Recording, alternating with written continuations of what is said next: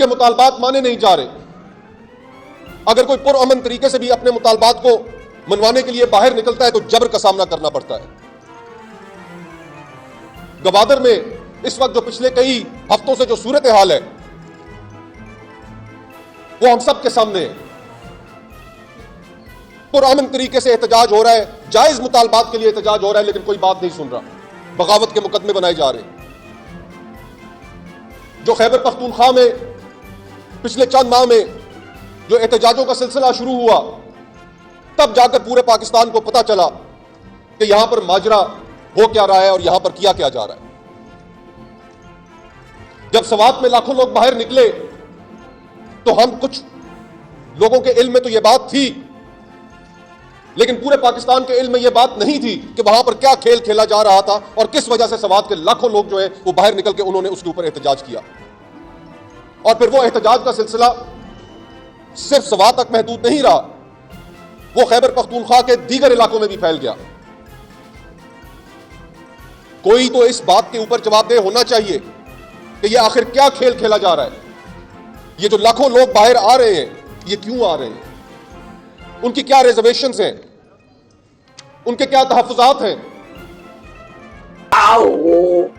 बताओ ना। इस सारे मामले में जिस फोरम का सबसे कलीदी किरदार होना चाहिए था इस मुल्क की पार्लियामान का, वो खामोश है। सबसे ज्यादा जिसका कलीदी किरदार होना चाहिए था सियासी जमातों का, उनके मसाइल ही और हैं। आखिर ये इक़्तिदार की ऐनक और इक़्तिदार का लालच हमें उतार के साइड पे रखना होगा और इन लोगों के मसाइल की तरफ तवज्जो देनी होगी, उनकी बातें सुननी होगी। और अगर हम ऐसा नहीं करेंगे तो यकीन मानिए ये 75 साल पानी भी अगर एक पत्थर के ऊपर कतरा कतरा गिरता रहे तो उसको भी फाड़ देता है। हम कब तक इशू से नजरें चुराते रहेंगे? कब तक ये गुफ्तगू जो सियासतदानों को करनी चाहिए, हम कब तक उस गुफ्तगू से जान छुड़ाते रहेंगे? सही पकड़े हैं। यहां पर ठीक तवज्जो दिलाई गई। पिछली कई दिहाइयों में इस मुल्क के लोगों को एक बयानिया दिया गया और वो बयानिया यह था कि अफगानिस्तान के अंदर एक भारत नवाज हुकूमत वहां पर मौजूद है। वहां पर न जाने कितने उनके सफारत खाने खुल गए हैं और वो पाकिस्तान के अंदर बराह रास्त दहशतगर्दी करा रहे हैं। हमने इस बात को माना,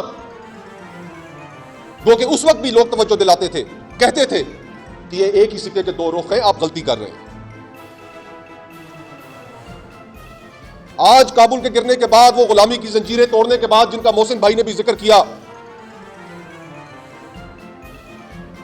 आज वो गुलामी की जंजीरें तोड़ने के बाद पाकिस्तान के अंदर भारत नवाज हुकूमत तो खत्म हो गई, लेकिन दहशतगर्दी कहां से आ गई? कौन लोग हैं ये जो कर रहे हैं?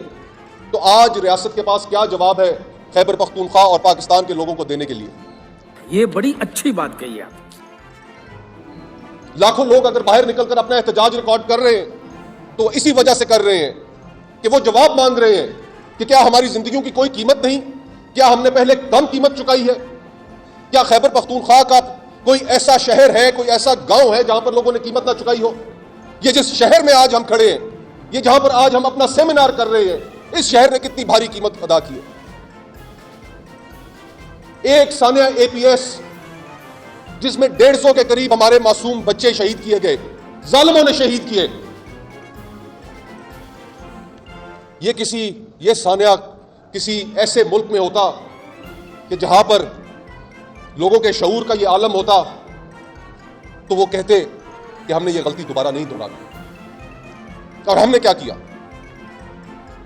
उस सानिया APS के बाद हमने एक नेशनल एक्शन प्लान बनाया। उस नेशनल एक्शन प्लान का जो नतीजा निकला वो भी हमने देखा। 20 शिकें हमने मिल बैठ के इस मुल्क की सारी सियासी और मिलिट्री क़यादत ने बनाई, उनके ऊपर कितना अमल हुआ? बयान दिया है आपने भाई, वाह वाह वाह। लेकिन मजाल है कि यह हमारी सियासी गुफ्तगू का हिस्सा हो। एक जिंदगी की कीमत भी हमारी नजर में, हम इतने बड़े बड़े सहनियात से गुजर जाते हैं, टीवी पर खबर देखते हैं, चल पड़ते हैं, चंद लम्हों के लिए हमारा दिल खून के आंसू रोता है, फिर अपनी जिंदगी में मगन हो जाते हैं।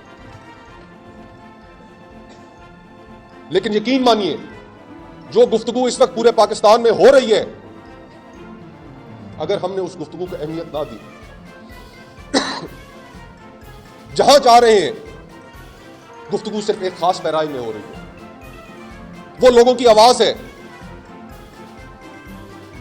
मोहसिन भाई ने ठीक इशारा किया कि एलिफेंट इन द रूम सियासी जमातें उसको एड्रेस करने के लिए तैयार नहीं है। एस्टेब्लिशमेंट का जो रोल है सियासत के अंदर,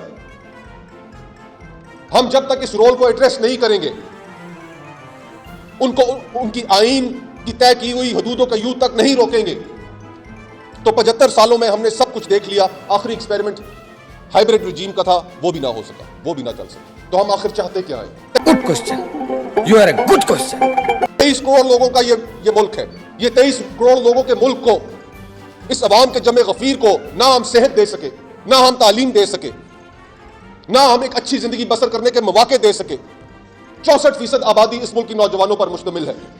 25 लाख नौजवान हर साल हमारी जॉब मार्केट में ऐड होता है। रोजगार हमारे मुल्क, अरे बाप रे, ये तो धोती खोल रहा है। कि हम कहते थे कि हाइब्रिड रजीम है, इसके अंदर इख्तियारात नहीं है, इख्तियारात कहीं और हैं, लेकिन वो मजबूर स्पीकर वो तब भी अली वजीर के प्रोडक्शन ऑर्डर इशू कर देता था। और जिस दिन से ये हुकूमत आई है, उसका एक दिन भी हम प्रोडक्शन ऑर्डर नहीं इशू करा। कहां गई पार्लियामेंट की सैंक्टिटी? लोग हमसे क्यों सवाल ना करें, क्यों ना पूछे कि क्या आपने सिर्फ उससे वोट लेना था तो तभी आप उसको पार्लियामान लेकर आए? ये निजाम को एक्सपोज कर रहा है। निजाम एक्सपोज हो चुका है। बात तो सही है। दौड़ना तो पड़ता है। और अगर हमने चीजों को यहां इस पॉइंट ऑनवर्ड्स अगर हमने संजीदगी से ना लिया, तो यकीन मानिए कि हमको बहुत बड़ा नुकसान उठा सकते हैं। यह मुल्क एनार्की की तरफ बढ़ सकता है, इंप्लोजन की तरफ बढ़ सकता है। और यही इसी जानिब जहां जाएं तवज्जो दिलाई जा रही है कि हालात खराब है, खुदारा मुल्क को संभाल लीजिए।